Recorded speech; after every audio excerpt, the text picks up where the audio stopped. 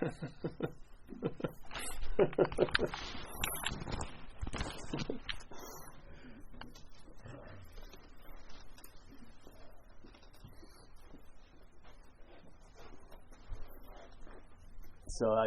if you've listened to the Zen Bitch Slap, the first video we ever did, I feel like I'm far away from everyone. Sort of a little too much space, you know? Yes, yeah.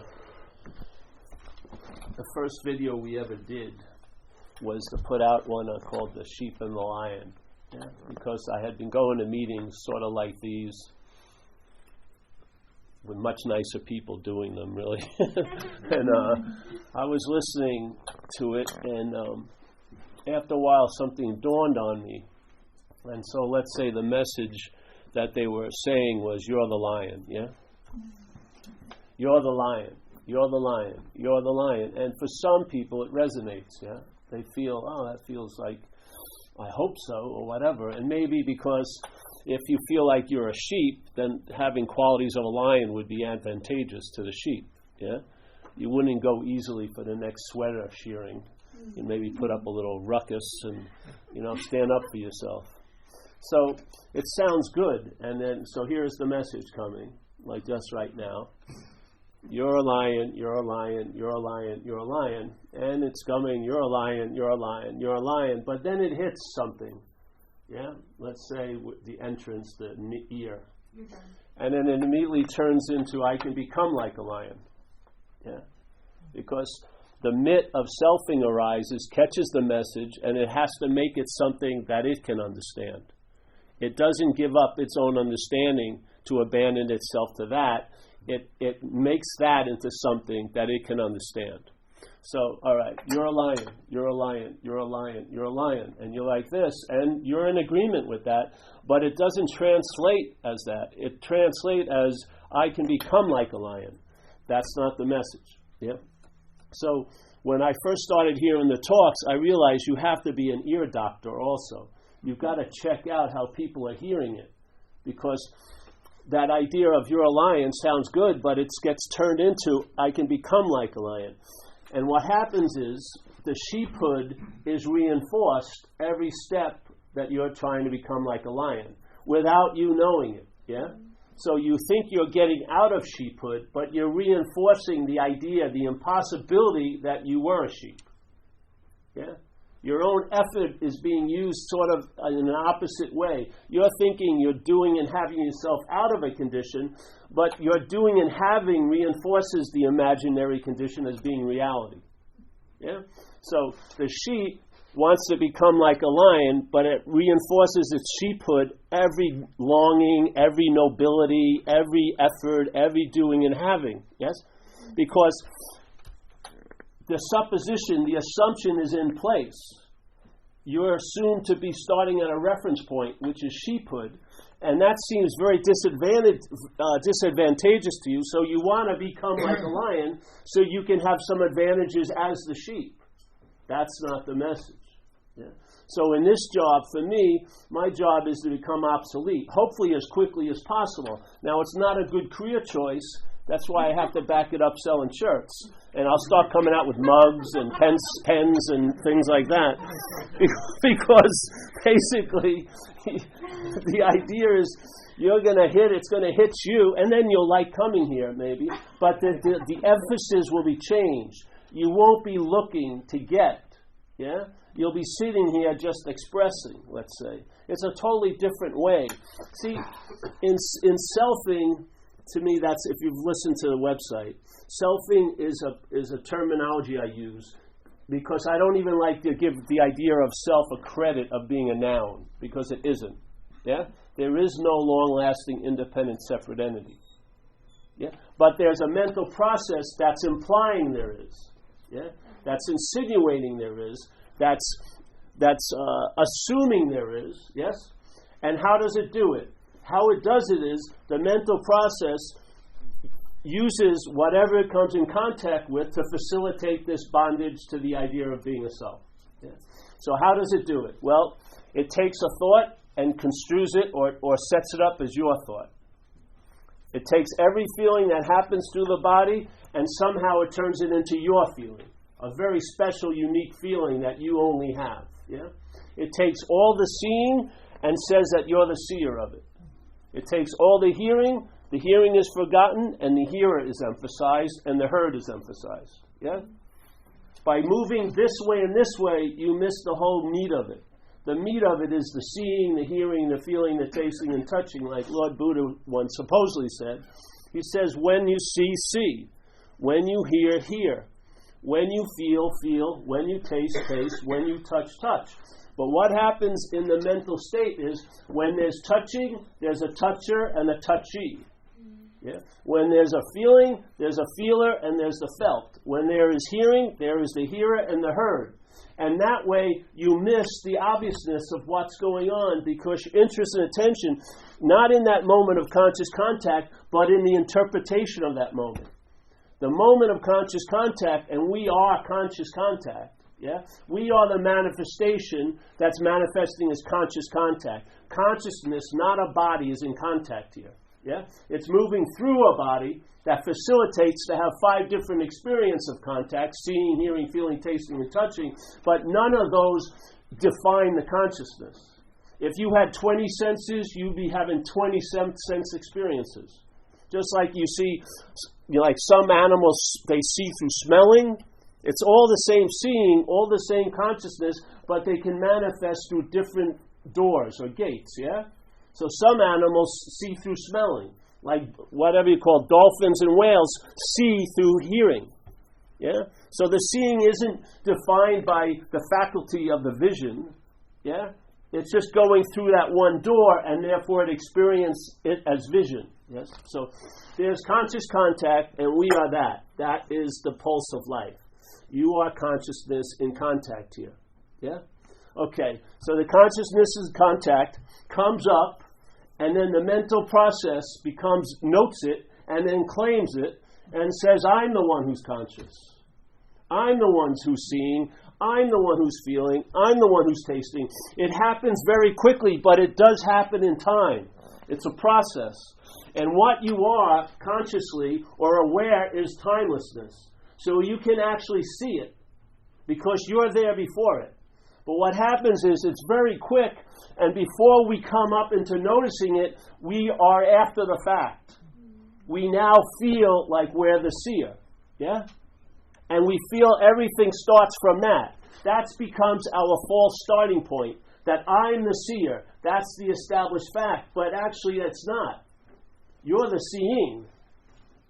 You're not the seer. The seer is a product of the mental process, and it takes time. And the good news is you and I are timeless, so you can actually see it. Yeah? You can see it being produced or claimed. Yeah?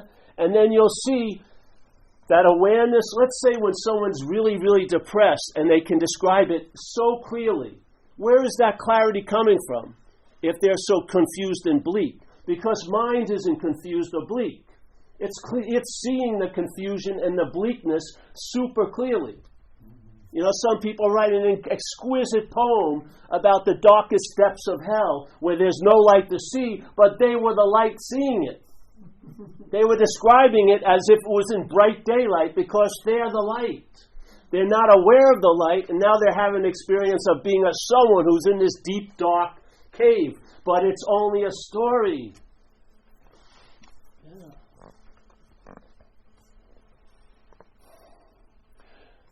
The freedom is prior to bondage. It's not after bondage. It's prior to bondage. Every freedom after bondage reinforces the belief that you are bound. That's the dilemma. The dilemma isn't that you haven't found a way to become free. The dilemma is there's a belief that you can be bound. That you're beholden to what's happening as the doer. You're beholden to what's being seen as the seeing. But as the seer, not as the seeing. The seeing is freedom from the interpretation. The seer is the base of the interpretation. And it is an interpretation. So this sense of self, when we were in supposedly this body in the beginning, there was no sense of self in the first 12 or 16 months of life. That baby has no idea that it's separate from anything else. Yeah? It took a formulation of the brain, and the mental process is of the brain, a formulation of the brain with consciousness moving through it to get turned into a mental process to produce a sense of self, to produce it. Yeah? It's not, has a no real reality, it has to be produced. So you have to remember self to feel it. Yeah? To feel as self, it has to be remembered. Because self doesn't have any light of its own to emit. It has to be a past light. It has to be reflection. So the thought system is used to produce or to remember self. That's why your thought system values yesterday and tomorrow more than now. It's using now to think about yesterday and tomorrow. Isn't it? Your thought system is using the only moment there is right now to think about a previous past imaginary moment and a future imaginary moment. And our interest and attention has been dispersed out of this moment where it will enrich you into enslaving you as this action figure, a historical action figure who doesn't deserve a freaking break because you know you've done something you should never have done. It's like a vice-like case. You cannot be fucking... There's no parole in the mental court, man. You're just living out a sentence. You can ask all your gods and saviors, but you know you shouldn't be saved. You should have gave your mother that money when you had it. You did it. You drove right by. You drove right by her house and bought a half a pound of Coke. I'm hypothetical. Never happens. I would never do that. Thank God I never did it. There's a difference between responsibility and accountability. You're accountable. Like this is like a dog. If it shits on your lawn, I'm accountable because it seems to be my dog, but I'm not the dog. Yeah? I'm not responsible. I'm accountable. So this whole idea of selfing is this mental process that produces a sense of a self. Yeah? It's a vague feeling that happens. It arises every time there's an action that's noted by the mental process and interpreted as you're the actor. Every time there's a seeing and you're the seer, every time you're feeling, you're the feeler. Yeah? So it implies or insinuates there's someone there that's doing it or having it. Yeah? Always. It's insinuating and implying it. It's sort of like the old Zen thing, the finger pointing at the moon, but in this case there is no moon. There's just pointing, and your mind makes the leap into what's pointed at. Usually right now through habit. It's just been happening so many times. The heist has happened so many times, you take it to be the reality. Yeah. So what happens if selfing is just the act of being identified as a self? There's no noun in that statement. It's all a verb. The act of being identified as a self. There is no self to be identified as, but it's the act of being identified as one. That's what the mind is falling into. It's falling into the act, which is all day, of being identified as a long-lasting, independent, separate entity. How's it working out?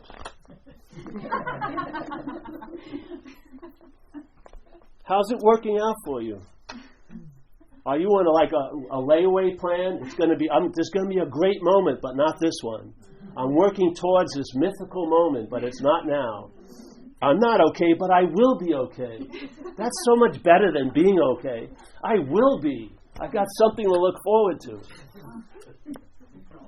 So this idea of feeling like you're a self has to be produced. So look at your thought system. How does your thought think of you?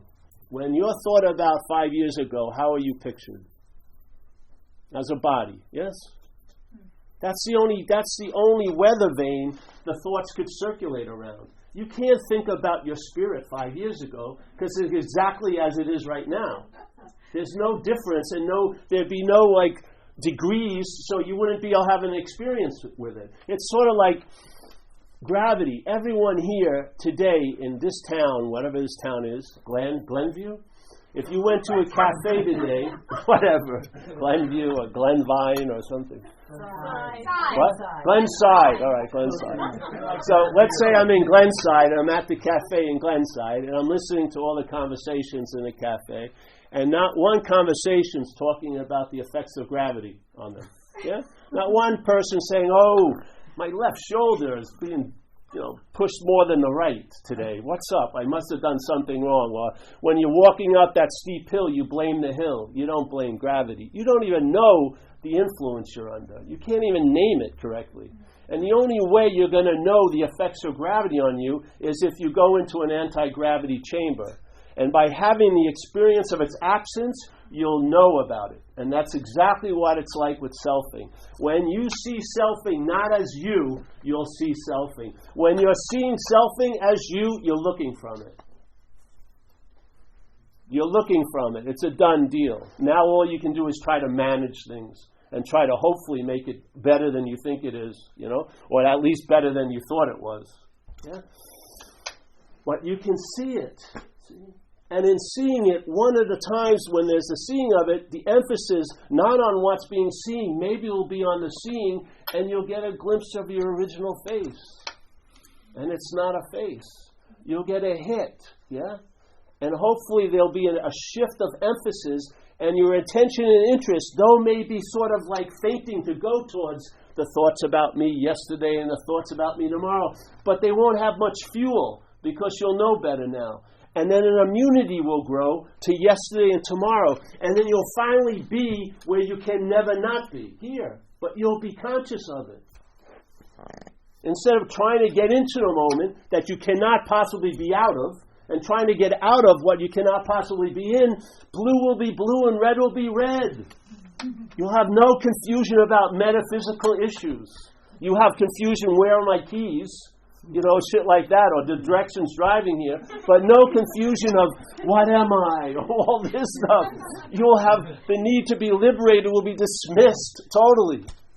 And that's the true liberation, the liberation from the need to be liberated. You can't produce it, it's an effect. The mind gives up the dead occupation, and one of the effects is that you're here and it's obvious. You don't have to fight to be here. You realize you can never not be here. Yeah? All those books, I always used to think, because there was a big run, I don't know if they're still producing them, but How to Be in the Moment, it's 200 pages. How to Be in the Moment. And then, then edition 2, How to Really Be in the Moment. And then How to Really, Really Be in the Moment. You can't be out of a moment. You've been at every scene of every crime in your life. You were there. You're here now. I don't care. Oh, I wasn't. I didn't like him. The surveillance camera has you, what you're taking of you, the body here. Yeah? We're running with these incredible, insane assumptions, and as soon as they take a little hold, it's just riffing like John Coltrane. It's like walking into a jazz club and seeing John Coltrane and say, John, riff on the theme separation. I'm all there is, yet I'm longing for love. All these things that we feel, totally made up, based on an assumption that's insane. And then it has time and space to geometrically progress, and it does. Yeah? It does. More and more mental minutiae, and more, and then you're in an imaginary distance, and now you feel separate from yourself. So people hear these talks, and they do through the website, and then they email me, and they say, "Oh, I noticed I was selfing all day." Yeah. Or they'd send, "Oh, the selfing's really been driving me crazy." That's not the message. It's the feeling of the one who's doing it, and it's the feeling of the one who's being done to by it. That's the sense of self. And it's not the ego, it's the feeling it's that feeling that you have an ego. What is that feels like it has an ego? And what is that's still there when it loses an ego? That's the sense of self.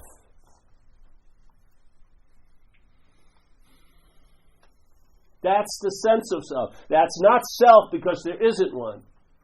The self cannot appear here. It can only seemingly appear here to you and me by constant, incessant thinking about it yesterday and tomorrow. Yeah.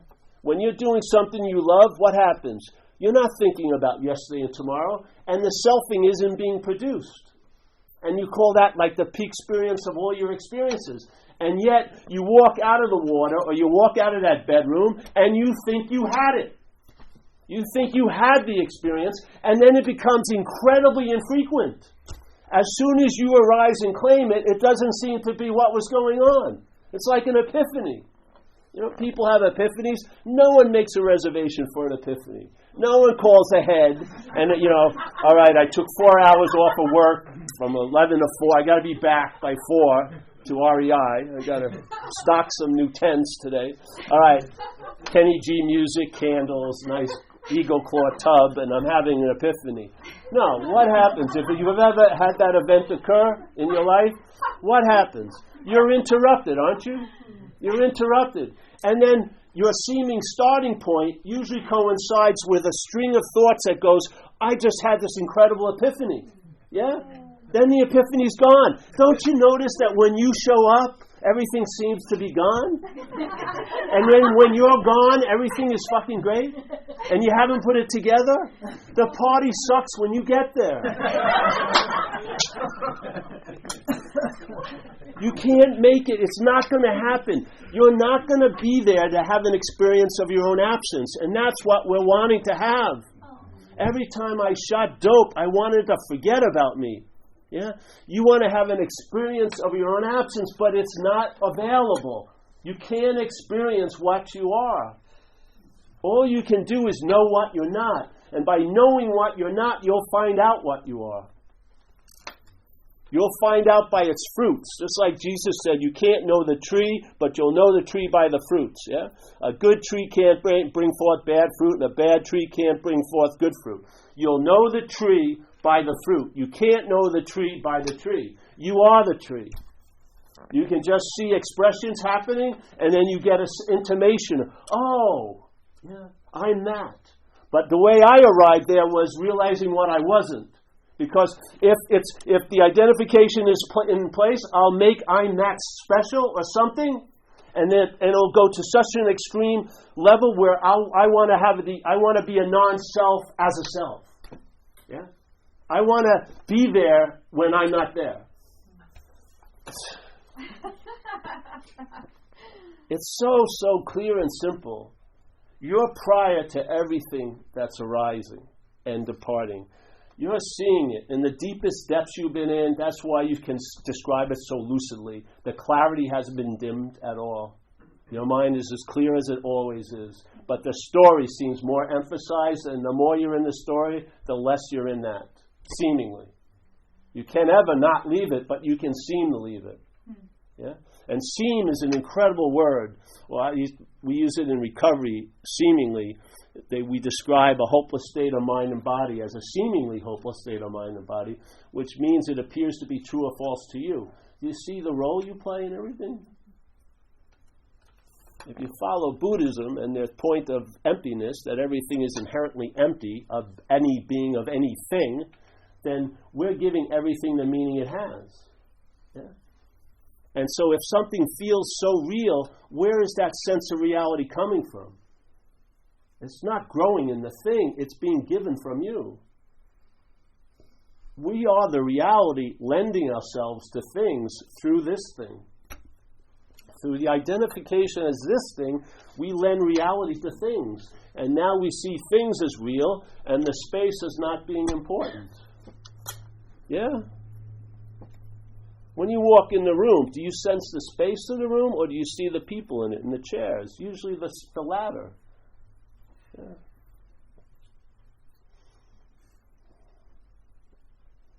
So if the thoughts are about me, first of all, I'm not going to go 4 years in the past and think about almost anyone else in this room. Nobody. Maybe a day or two, but not 4 years. The only reason why my thoughts, my interest and attention goes there is it's about me. Yeah? That's the only thing. The only reason why you're interested in the thoughts that are in your head is that they're your thoughts. If you had Angela's thoughts in your head, you'd realize they're crazy in a minute. But you've been listening to the same thoughts, veiled in being yours, and you've been listening to them for 30 years like the Greek oracle. So it's not the thoughts, obviously, it's the thinker. The thinker is where the meaning to the thoughts is distributed from. The thoughts are not bringing meaning to you. You're giving meaning to them through the thinker. You're giving feelings the meaning they carry through the feeler. Yes? It's good to have the right diagnosis. Like if I had a rash and I didn't know what it was, and I get about 8 ointment things, and I put some on, and let's say one increases the rash. So obviously my idea would put more on it, and then the whole leg is rashed out. Then I try another one. Finally, one works. And I read the thing. It's for psoriasis. Now I know I had psoriasis through the relief from the psoriasis. Yeah? Not through the psoriasis, but when I got relief from it, then I knew it. Yeah? This is the way of knowledge. The way of knowledge is through negation, not affirmation. Yeah? You realize something that was so, you entertain it may not be so, and in entertaining that it's not so, it reveals what it is. Yeah? But while you're taking it to be so, and trying to run out of it and escape it, it's as so as it can possibly be. It's like it's a weird type of predator. The selfing has your attention, your mind, when it's running away from it. Not when it grabs it. It doesn't want to grab you. If it grabbed you, you would see it's not real at all. If it actually showed up in this moment, you would realize nothing showed up in this moment. But it fucking haunts you in yesterday and tomorrow. It runs down the hallway of time and chases the bejesus out of us. But here and now, there's no threat whatsoever. If you're fucked up tonight, it's not based on tonight. No way. You'll be fucked up by tomorrow night. When you think about what I said, you'll maybe fucked up, and then I don't like that guy. But tonight, you have no fucking idea what's going on. You don't. You're waiting for tomorrow to have an idea of tonight. You are. I'll wait till I get informed of what I did today. Have you ever had that? You're at work, and then you get home at 6, and then the head tells you had a bad day. You were in the day the whole time. How could you not recognize it was bad? Oh, you had a bad day at work. Oh, yes, I did. Fuck them. You know what I mean? You were basically out to lunch the whole time. You're waiting for an interpretation. You're waiting for yesterday's news to be downloaded in your head. That's why we want to do such extreme things like jumping off bridges with bungee cords or shooting coke in the neck and shit like that. We're trying to have a fucking rush. We're trying to finally get located in the moment for once, even if it's like a crisis of life and death. I used to get off on it. Let's speed up this fucking heart. At least I felt for a fleeting moment I was alive. You know what I mean? But that's a little drastic. And self can't get out of self. That's the whole point. There's a great master, Huang Po. I recommend the book. I don't do this often, but The Teachings of Huang Po. Huang Po, translated by John Blofeld. You can still find it. It's an old Zen book. This is really cool because one of his followers was a scribe of the emperor's court. So when Huang Po gave a talk, the guy would write it down that night. So it's not like Buddha 300 years later. You're hearing it right out of the horse's mouth. And he says some beautiful things, and a couple of them are, you can't use the Buddha to seek the Buddha. Yes? You can't use the mind to seek mind. Yeah? You can't use the light to seek light. You can do it for eons and nothing's going to happen. Yeah. That's like that Zen thing where if you see the Buddha on the street, shoot him. What do they say that for? Because in a way, you're throwing your own nature of Buddhahood onto that person. And of course, they necessarily have to fail for you to recognize that you are that which you're seeking. Yeah? Any good savior worth his salt has got to fail you. Because you can't be saved. You were never lost. Yeah? You don't need to be released from bondage. You have to realize you were never bound. Yeah? The freedom is prior, not after. After is just a movement like a slinky. Bondage, freedom, bondage, freedom, bondage. And in a sense, it's like a long line of slavery. You're trying to get out of something that you're not in. You're trying to get into something you're not out. On and on and on and on and on. But prior is the freedom. Prior, you're inherently free. Nothing that's ever happened here has left a mark on your mind, the big mind. Yeah? You are like that open sky that allows everything to appear in it, yet is not affected by any appearance in it. Yeah? The sky never gets wet when it rains. The sky, when a bird shits, it never lands on the sky. 4th of July, you can have 4th of July events every night for 365 days a year, and it would not rip the sky open. Yeah? That's what mind is like. Incredibly vast and empty. Yeah? That emptiness is vibratingly alive, incessantly on. Yeah? And its nature is awareness. So let's say here, where this huge camera, very big open lens, yeah, really wide, HD, just really open. And then you're walking around and you see the smaller camera that has a fixed lock little aperture, maybe a very small hole. And then you, as the big camera, looks through the smaller camera just to see what it's like. And then something happens. It becomes identified as the smaller camera. And it forgets its hugeness, and it's putting its hugeness to this viewing of this small aperture. And it forgets its hugeness and now starts suffering the consequences that are promoted by that small way of looking at things. Yet all the while it hasn't lost its camerahood. Yeah? It hasn't lost its wide open lens. It's just forgotten it. Yeah? It's still thinking it's seeing, but it's seeing in a very, very vice-like view called self-centeredness. Yeah? Very, very small, with very limited possibilities, which you've gone over. Everyone in this room has touched every possibility self-centeredness offers. It's never that you're okay, the possibilities you will be okay, and that you were once okay. Yeah. So here it is. So now the camera seems to be locked into this experience, but it's only seemingly. It's only appearing to be true to it because of it looking through the small lens. What would happen if it recognized it wasn't the small camera? It would have to do nothing. In other words, the view had never shifted, had never been small. It had never become that small point of view. It just seemed to be while it was looking through it. There would be no, I've got to become a large camera. It is the large camera. That's like mind. Right now, the mind is being dominated by a mental condition, a mental process that's put us into time. Yeah? Time and selfing are synonymous. You can't have selfing without time, yes? And there's no time without selfing. You have to be remembered. Now, people think future is worry, but it's another form of remembering self. When you think about you as a body in the future, where are you remembering that body? You're remembering it now, aren't you? When you think about you in the past, where is that feeling of you being remembered? In the past or now?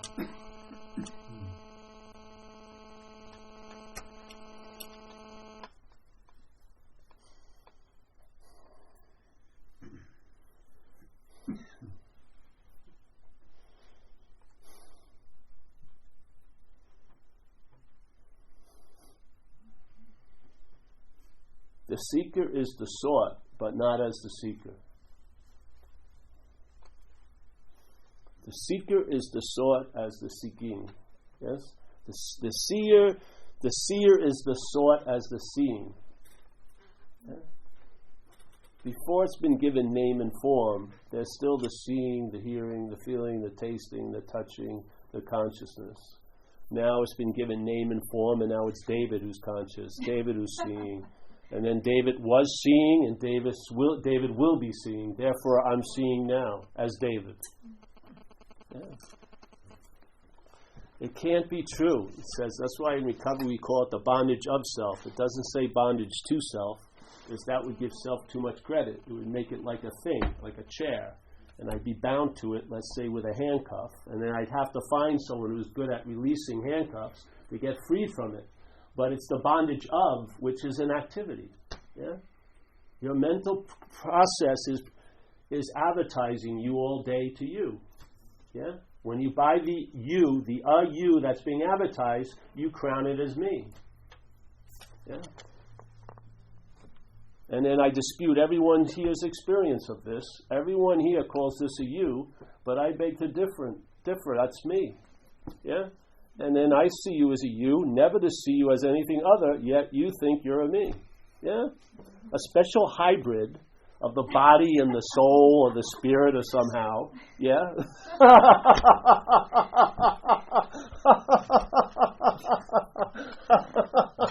I I spent 2 years in a program in drug and alcohol because my managing brought me to a point where my life had to be managed by others. Yeah, that's the experience I had. I'm not managerial quality. So, and for 2 years, I went in there. I didn't like them. I didn't like their ways. But I had to admit, my life looked better with them running it than it ever did with me running it. Because they didn't see me as a me. They saw me as a you. A junkie you who's fucked up and needs some discipline. You know? All the while they were giving me these instructions, I was sort of resisting them because it's me. I'm not like all of the others here. Yes, I was. I was exactly like all the others there. And what worked for them worked for me, unbelievably. Because it wasn't based on me, it was based on the you. Yeah.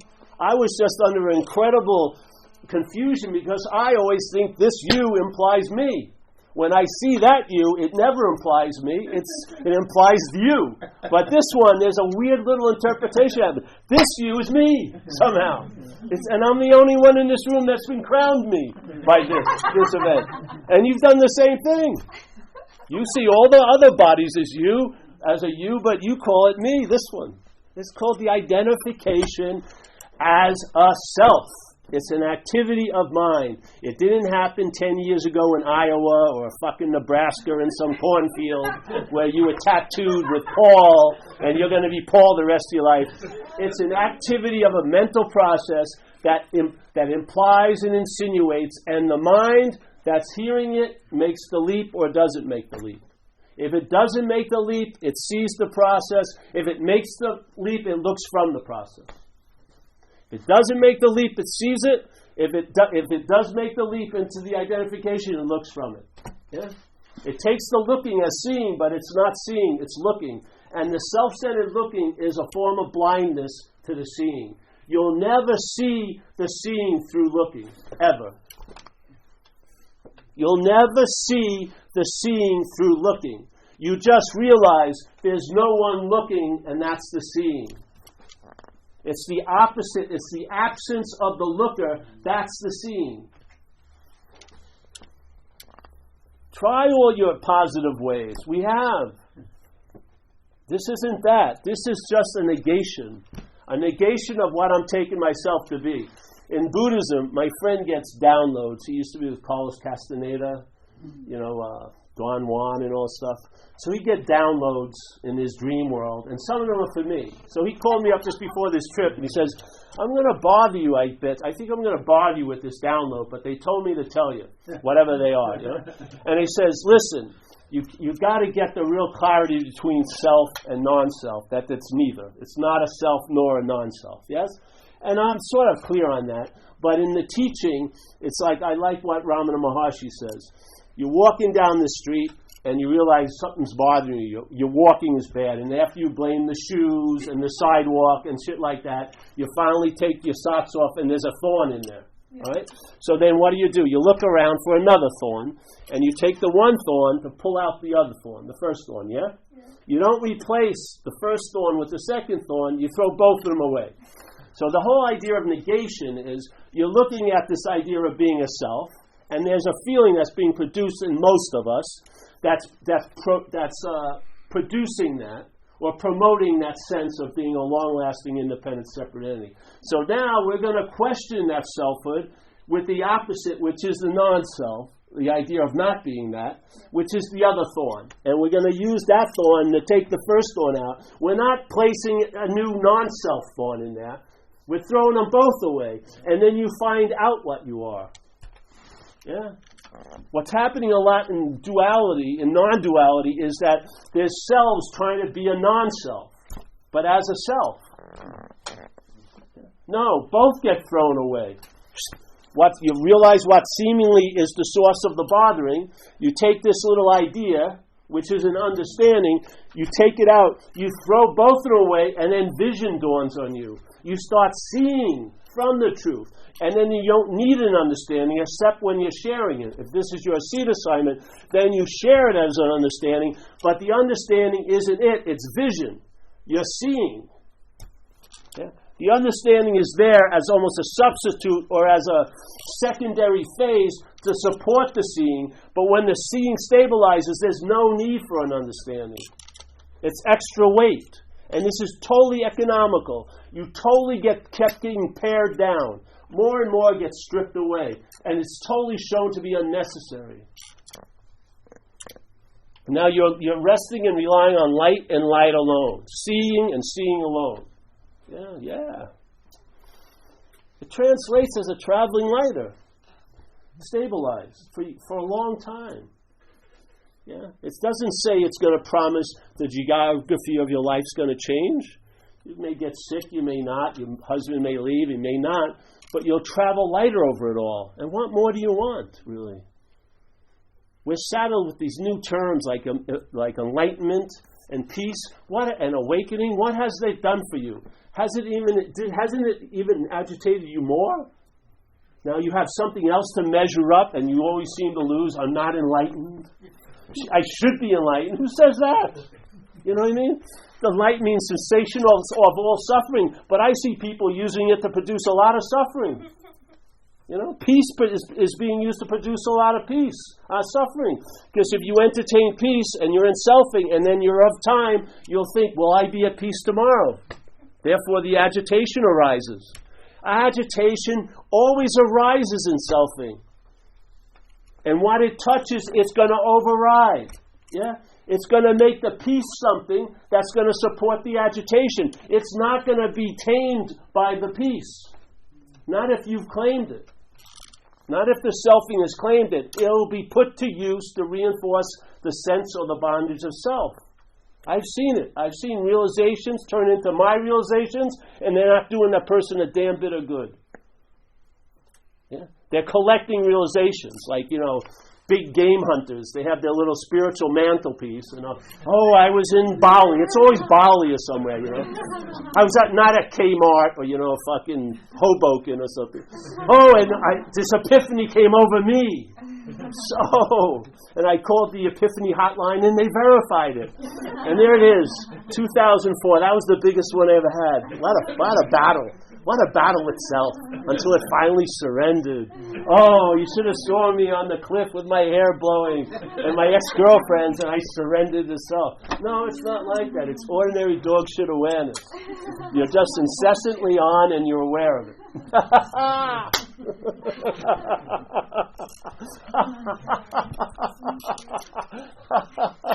Don't be fooled by loving gazes. They could be all right, but shit. It's not, whatever. Don't get me started with that stuff. No. So what? What's going on now? Oh, any questions? I don't want to beat the dead horse. This is an invitation. Very simple. It's not a dissertation. More isn't necessary. More isn't going to, may or may not work, but it's an invitation. It's a message.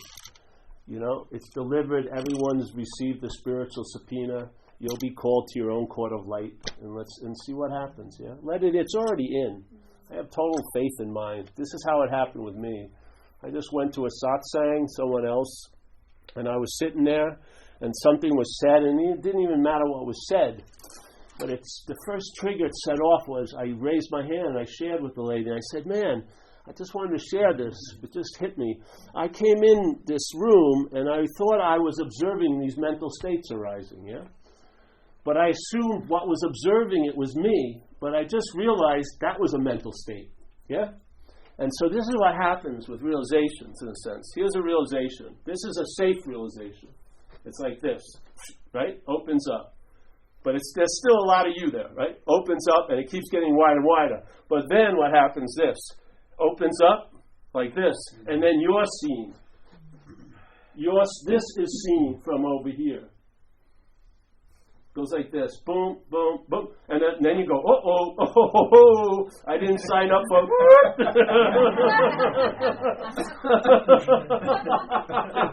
Then the gig's over. Because then you go try to look back, and you can never look behind the camera. You're not there. You're always in front of the camera. Your content in manifestation. The assumption is you're behind the camera. You've never been behind the camera. There's an old Monty Python skit that we changed.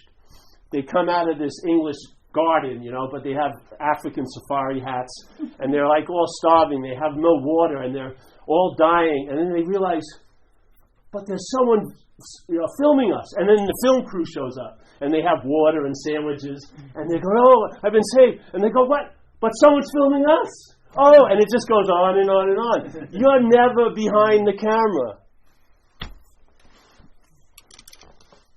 The sense of you is never behind the camera. The sense of you is always in front of the camera. Its implication is it's behind the camera. It's never stepped behind the camera. Yeah? This happened to me about 8 times, and then I got the principle.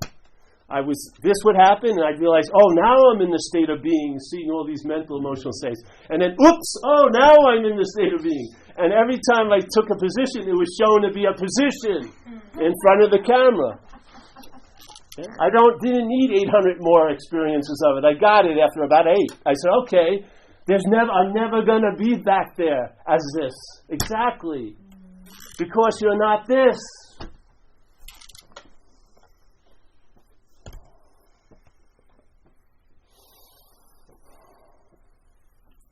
Yes. Listening to your words or reading Ramana Maharshi and contemplating on it, I've had that experience of the epiphany, and then of course I make it something as an object and negates the whole benefit of it. And so my question is, if self can't get out of self, Ramana Maharshi talks about self-inquiry. If you just earnestly inquire about the nature of who am I, that you're able to get past that and somehow get beyond the mind. Well, the thing is, what I think his thing was, you use the self-inquiry like the 2 thorns, both of the mental state, yeah? And yet then it will lead you for the mental state to diminish enough that you'll sense another state that's available, being, yeah? Once you land seemingly in the being, there's no landing, you're there, then there's no need for inquiry, now just rest there.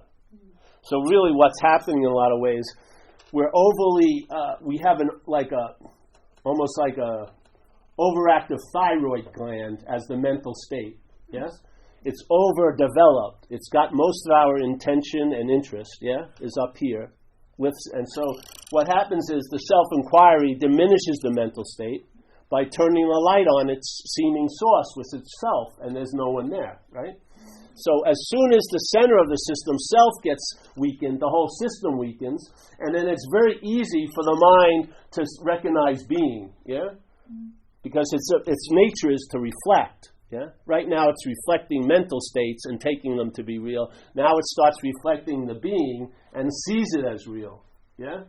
And so then you rest there. Now, if it seems like you have moved from there, which you can't, but the mental state can, and your identification seems to go with it, then you ask yourself that question again, who am I?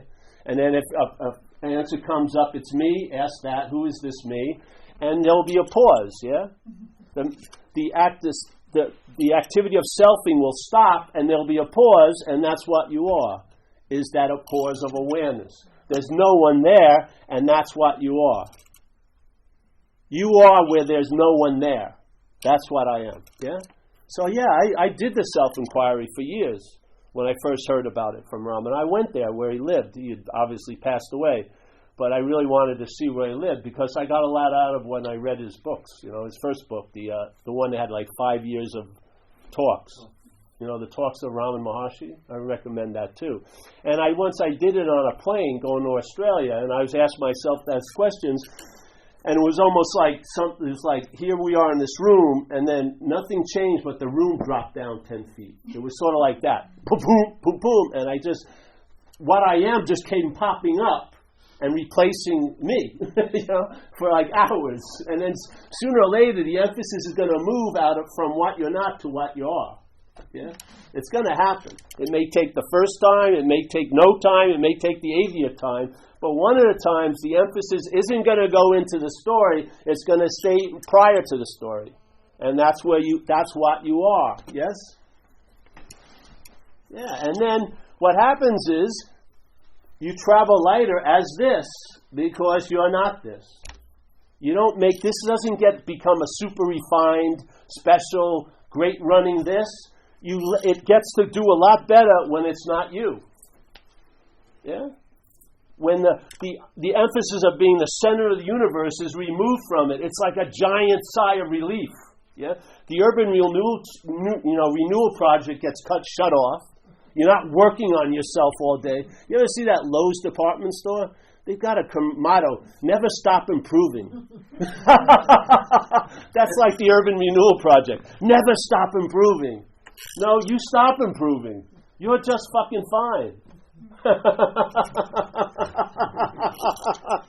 I swear to God, all that money going into those fucking buildings, forget about it. You're never going to find an authentic self in any of them.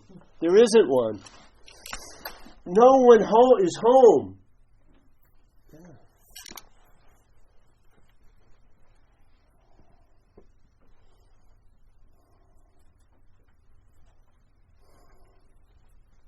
Yes.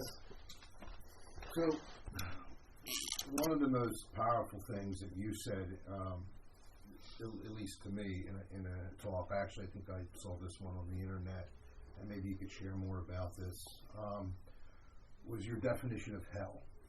And what I recall, I don't know if it was I won't give you, but your definition of hell was being in a moment and wishing it was different than it was.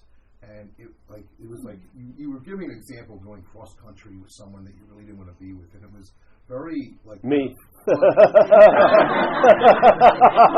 It was a long trip, and he came back with me too. But it really helped me recognize in myself how frequently I do that. Did I say that? I don't remember half the shit. I don't. I got to copyright it. I got to go over it because I don't remember. Someone just did it to me last night. You know the story of the hourglass? I said, no, I have no fucking memory of it. But it worked for you. That's the point. Yeah. Once it leaves here, it's out of my jurisdiction. You know, you're going to make it something anyway. That's what you're going to make it something. You're never going to hear it as I feel it, and it's not meant to be that way. Yeah. You're going to recognize it, and it's going to communicate as you. You know, it's going to reverberate as you. This isn't a cookie cutter thing where we all wear the same outfits, like, you know, pink leisure suits with white belts, and, you know, we laugh at the same jokes, and no. It's not like that at all. You're going to be like a free-range person. Yeah? Seriously. You'll be more than an individual when you realize you're not an individual. You'll be more of one. The quirkiness will go to extremes because you won't give a shit anymore. You know what I mean? You realize you've been losing your ass and saving your face, and then you realize, shit, I thought my face was my ass, but it ain't. You know? So fuck the face. So hell is, you can take one person, drop them in heaven, and if their mindset's a certain way, it'll be hell. You override everything. You and I give everything all the meaning it has. It's a lesson from the Course in Miracles, lesson 2, a very profound lesson. You and I give everything all the meaning it has. This is what's going on. When you're not feeling well, let's say Monday, this is a problem. Next day you're feeling pretty good, it's not a problem. Next day you're feeling bad, it's a problem again. What is it? Is it a problem or not a problem? It's neither. It's the meaning you give it based on your condition, never on its condition. Unless you get into certain mental diseases like codependency, where your condition is based on someone else's condition. Yeah? Have you ever met people like that? I have people, they want me to call this person. I said, well, you got to get their sons and daughters together because his condition is based on theirs. So I got to talk to all 5 of them. Yeah? Because his condition is based on their conditions. Yeah, this is what happens here. In this world, what are we confronted with daily as an action figure? We're confronted with like 4 states going on. We got the circumstantial and situational state. job, relationship, this and that. We have the physical state, we have the emotional state, we have the mental state, and there's other states I won't even get into, energetic and stuff like that.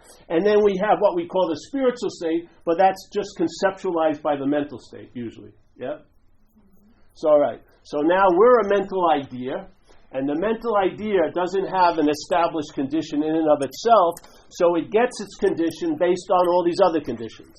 So it's attempting to manage and control these other conditions, like my outside circumstances, my relationships. It's trying to manage, like when you go to yoga, you're trying to manage the physical condition, you're trying to manage the emotional condition, your mental state is, and you're trying to manage the mental state. Now, it's very difficult because these states are very volatile and they're affected by other things, yeah? They're not stable states. Like you can be going well and then suddenly rear end and wreck your car in 1 second, and now your circumstantial condition has changed. Now you got to go to the tow place, and $65 a day the car's in there and they're little fucking ground. You're paying rent. You can't get it out. You don't have enough money. So now your circumstantial and situational states having a big effect on your emotional and mental and physical state. Yes? So now let's say you do 8 hours of yoga. You walk out of Amma, which would never happen here, but Amma Center, but your mind's fucking going wild. It doesn't give a shit if you've got fucking Superman body. You're not feeling good. Yeah? You can have 4 Jaguars in the garage. It doesn't mean a damn thing. Your mental state will override anything in there. Yeah? Now you have your emotional state, and fuck that. You have no idea what's going on there, right? And so here you are attempting to get all these states stabilized so that they reflect you, because you think if I get this right and that right, this right, it will translate into me being right. Yeah? Okay. Let's say you come out of Amma Center, you have a Jaguar, your trophy husband or wife is waiting for you, adoringly, with a latte and a muffin, a bacon muffin, let's say. You're going to go on your 3-week trip to Barcelona by a private plane. You're feeling fucking tip-top shape. You got tons of money in the bank, all like this, okay? So, and you feel right, finally. Oh, I feel so right. And it's 9:01 in the morning. I feel fucking great. But what happens? 9:02 shows up. 9:03 shows up. The states get fucking volatile. The car gets whacked. Yeah? The plane gets canceled. The trophy wife is seeing another trophy husband or something. Yeah? So now suddenly your condition that seems so stable at 9 o'clock is totally unstable by 9:01, and you've got 23 hours and 58 more minutes to manage it all day. That's fucking slavery. You can't have a sense of your own worth because you don't have any worth in the mental idea. You have to accrue it. You have to gain value. You have to impress others to see the value so that you feel that you actually have it. And if one person in a room disagrees, that's the person you think about the whole night. It's like trying to put 4 blocks on a bucking bronco. You're never going to get it right, and if you do, it's not going to be right the next minute. You've got this giant wave of time that's changing the current and the tides of all these states. The only rest is in the unstate, the prior state. You want to use the word spiritual state. The spiritual state can outshine all the other states. Yeah? Right now, the mental state is dominating. It forgets the spiritual state, and the mental state outshines the other states. You can have the greatest body and still be fucked. Yeah? You'll think people who have $1 million, they have a belief that it's not enough, and they'll be anxious about it. It's Jesus. It's just...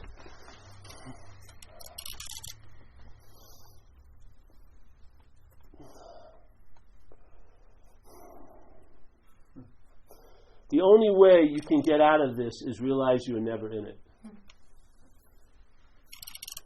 You have to see the problem is imaginary and stop fucking trying to get out of it. And if you stop getting out of it, trying to get out of it, you'll realize you were never in it. But you'll never realize you were never in it by trying to get out of it. What do you do if it's an imaginary problem? Absolutely nothing. How much time will it take to solve that imaginary problem? No time. If it takes time, it's now been made a problem. Yes? Once it's made a problem, you want relief from it. Yeah? Now you'll seek to get relief, and now the problem has you even more. You start meditating when maybe you enjoy it, and after a few years of meditating, if you miss the morning meditation, the interpretation of that day is it's going to be bad. So you try to run home at lunch, get the hour in, and it's all you playing fucking God all day. Yes, that's not freedom. That's totally conditional. Yes. So, how does one work the 12 steps without selfing? Well, you allow them to work on you. You allow them to work on the self. That's what you do. Yes? Well, the meetings are very, the 12 steps seem very task-oriented. Yes, it's how you hear them, you know. I know. When I'm working with someone in recovery, I present it just like it presents in the book. But the spirit that's involved there, see, the mind lends the meaning to the book. You know, the book doesn't lend the meaning to the mind. So if your mind starts shifting, you'll shift out of doing and having. And yet you're totally okay in doing and having, because it's appropriate in certain levels of mind. Yeah? Let's say if someone's house is on fire and they really believe it, I'm not going to talk about there's no house and there's no fire. I'm going to tell them where the nearest pail of water is. Yes? That's flexibility. You don't get stuck anywhere. Mind is manifesting on a lot of levels, but the mind itself isn't affected by any of those levels. Yes? So I can do a personal inventory without exactly, because what you're looking at, if you really look at the fourth step, if you read it, there's a part in it. Do you mind? I'm going to say something about recovery, all right? It's helpful to anyone, really, because everyone's recovering from something. The original dis-ease is self-centeredness. Yeah, all the other addictions is trying to get to relief from self-centeredness. The original addiction is self-centeredness. Yeah? All right, so on page 64 of the book, in the inventory process, it says, being convinced, which means to believe with certainty, being convinced that self, and we're talking about a small s self. Ramana used to use the big S self, yeah? All that there is, all that type thing. We're talking about the sense of being a someone, okay? So, being convinced that self, manifested in various ways, yeah, is what has defeated us. It's a beautiful statement because he's separating the two. There's self and us. Yeah? Now, what I found, what allows it to defeat us through its manifestations is when we're identified as it. Yeah. All right, so follow. So, self manifested in various ways is what has defeated us. If we're convinced of that, we will now look at its, meaning self's, common manifestations. And the next paragraph is resentment. Yeah? So follow this. Resentment is an expression of self through you into life. Yes? Fear is an expression of self. Harming other people in pursuit of what you want is an expression of self. And all those other attributes. If you ever look at the word self in the dictionary, and then there's a hyphen, and there's like 90 different adjectives, and about 70% of them are negative in a way. Self-immolation, self-hatred, self-destruction. It's just unbelievable. Spirit only has one word, and then, self has 90 manifestations. So these manifestations are defeating us. Yeah? Self is defeating us through its manifestation. But what allows that to happen? It's the identification as self. Because when you're identified as self, you'll describe the effects or the manifestations of the parasite called selfing as yours. You'll be identified with its manifestations, yes? You'll say they're your resentments, your fears, your harms done to others, and it's the your that bounds you, not the resentment and the fears and the harm done to others. Those you can be accountable for, but the your makes you responsible for them. That's the bondage of self.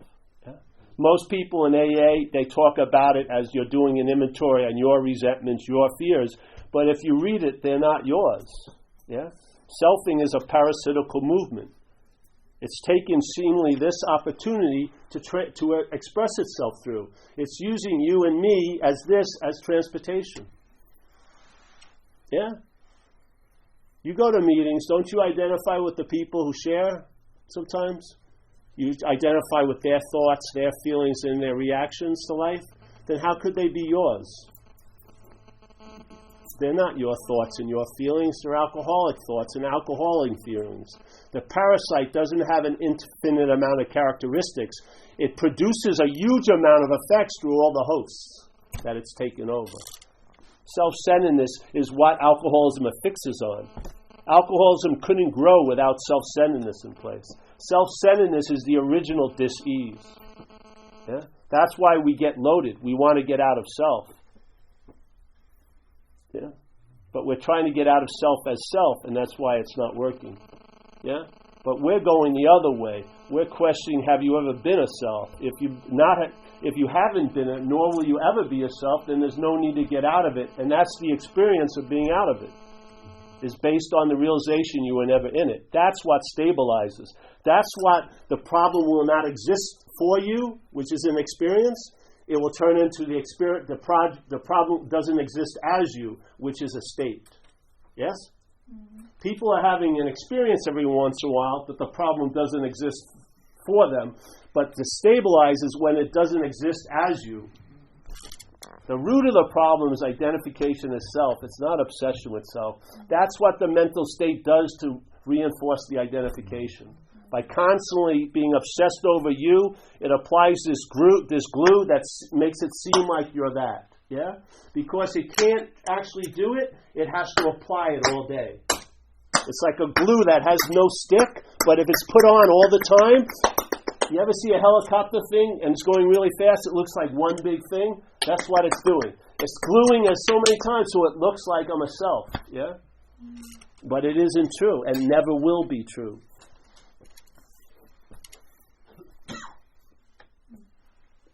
I'm getting feisty now. Very good. Throw this at fucking Newman. Getting feisty now? Yes. Any questions? More? It's just an invitation, we're not trying to win you over. Just put it out there, see what happens, entertain the possibility. See what happens. If you start traveling lighter and it stabilizes, you're onto something. Your mind has an innate ability to entertain. The only thing it's limited by is the possibilities. It does hear or doesn't hear. It hears a certain strain of possibilities over and over again, all day here.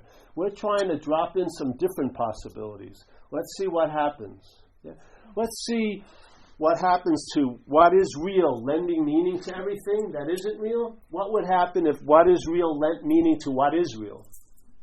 Yeah, find out. Find out. After you're making all these things seem so real, how many earth-shattering events do you have and the earth never shatters? Yeah? When is it like, this is the problem? And then some guy calls me, I'm having the problem. And is it the same the problem you had 3 months ago? No, this is the problem. It's always the problem. Yes? But it never the problem. You're the problem. You don't have a problem. You're the problem. You're in the activity of what you call the problem. And the double whammy is you're trying to get out of it, and you've never been in it. And we have communities that make it noble, and they give you like belts, like blues and black belts of your spiritual adepts. We just had a joke tonight. I gave out to my friends a certificate of awakening. I wish I should have brought some with me. We had a little ceremony. It was great. I wanted to get a stamp. Oh, here it is. I wanted to get a stamp. So, like, from the spiritual notary public. Oh, no, yes. This is what, you want me to read it? It's pretty good. You have glasses? Yeah, I was trying to. I don't have You want to read it, honey? Can you see it? Julie will do a little rendition. Come up here, sit there. I'm looking for the light. I need the light for this. So this is all meant. I'm going to send you a copy. You give me your address at night, and I'll stamp it, and I'll send you one this week. All right? Ready? Here you go. It is hereby certified that as of now you discovered nothing and realized that you are nobody. You now understand that there is nothing to understand because nobody understands nothing. Consequently, you learned that your search for the truth was a big joke and that you are the butt of the joke. Yes. After your search ended, you discovered who you thought you were was not who you were, and that who you are is simply what is. You are now free to enjoy being what you are, even though you don't know what that is. You are free because no matter what you do, you will always be doing exactly what you have been doing, which is what you are already doing before you discovered that was what you were doing. You now know that every person you meet, including every homeless bum, criminal, alcoholic, drug addict, and otherwise disreputable person, is you. You therefore must never speak ill of anyone because you will be spreading rumors about yourself. In the same way, you can never be proud of anything you do because it is not you who does anything. Because you now know that time and space are imaginary, you know that you are always here and now, wherever that is. Henceforth, you will never forget that who you are is beyond name and form, and that your past personhood was a product of imagination. Now you will always treat other people as yourself because you know that they are yourself. You now know that the secrets of all secrets, that there is no secret. Everything is lying open and in plain sight. You can now relax and have a good laugh at having found something that was never lost. You are hereby declared to be an official member of the brotherhood, sisterhood, ithood of sacred emptiness. Having finally seen the big picture, you now know that all the little pictures are imaginary, and that the big picture is also imaginary. You've discovered that you are God, that you and God are one, and that God has an enormous sense of humor.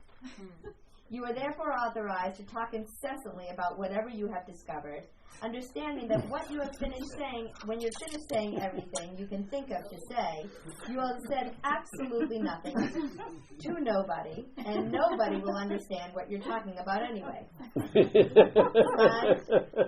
Signed by your own self, President and only member of the Club of Cosmic Consciousness. You are the only member of the club because there is only one available to be a member. Anyone else could be president if there was anyone else, but despite searching high and low, nobody has ever found anyone else. Author unknown, or was it you? Thank you. So, give me your mail and I'll send one to you.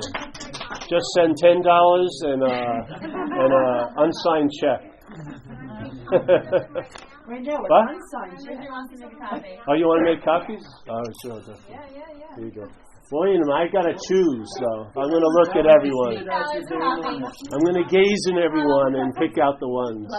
Wait, can I just tell you one thing that I don't think you want an unsigned check, you want a signed but blank. Oh, blank check. Oh, yes. Thank you. She's my assistant, yes. Don't worry, Ronnie, we just got that on tape. So, any more questions? You two guys, you're having a good time today? Yes, good. It's good to see you there. All right, well, great. So, what?